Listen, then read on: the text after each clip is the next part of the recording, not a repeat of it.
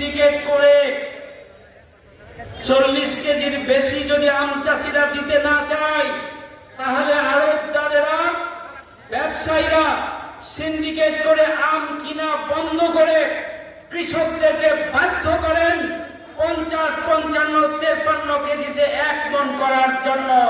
এটি আমরা মেনে নিতে চাই না, এটি বন্ধ করতে হবে। এটা নিয়ে ইতিমধ্যে 3 দিন আগে বিভাগীয় কমিশনার সাহেব মিটিং করেছেন। 3 জেলা, রাজশাহী জেলা, নওগাঁ জেলা এবং চাঁপাইনবাবগঞ্জ জেলার ডিসি সহ বিভিন্ন ঊর্ধ্বতন কর্মকর্তাদের নিয়ে, ব্যবসায়ীদের নিয়ে, বাস মালিক, ট্রাক মালিকদের নিয়ে, আড়তদারদের নিয়ে এবং আম চাষিদের নিয়ে মিটিং করেছেন।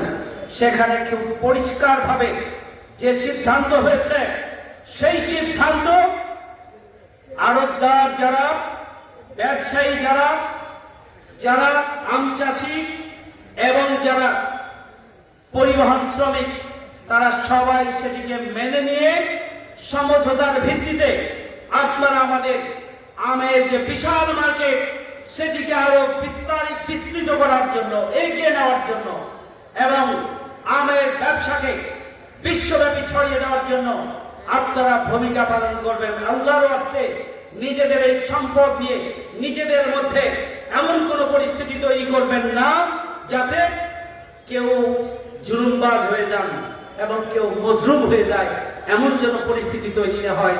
সেই ব্যাপারে আমি শিবগঞ্জের সবচেয়ে বেশি আম উৎপাদিত এলাকা হিসাবে চাঁপাইনবাবগঞ্জ আমের রাজধানী, আম নিয়ে আমরা 3 এমপি পরিকল্পিতভাবে আগামী দিনে আম ইন্ডাস্ট্রি প্রতিষ্ঠা করা, আমের বহুবিধ ব্যবহার নিশ্চিত করা, দেশে বিদেশে আম মার্কেটিং এবং রপ্তানি করা, পাশাপাশি আমের বহুজাত পণ্য উৎপাদন করে সেগুলোকে বিশ্বব্যাপী ছড়িয়ে দেওয়ার মধ্য দিয়ে আগামী দিনে আমের রাজধানীকে আমের প্রকৃত অর্থেই রাজধানী হিসাবে প্রতিষ্ঠিত করার মধ্য দিয়ে আম কেন্দ্রিক যে অর্থনৈতিক ব্যবস্থাপনা, সেটাকে সুচারুরূপে পরিচালনার মধ্য দিয়ে বাংলাদেশের অর্থনীতিকে আমরা এগিয়ে নিতে চাই।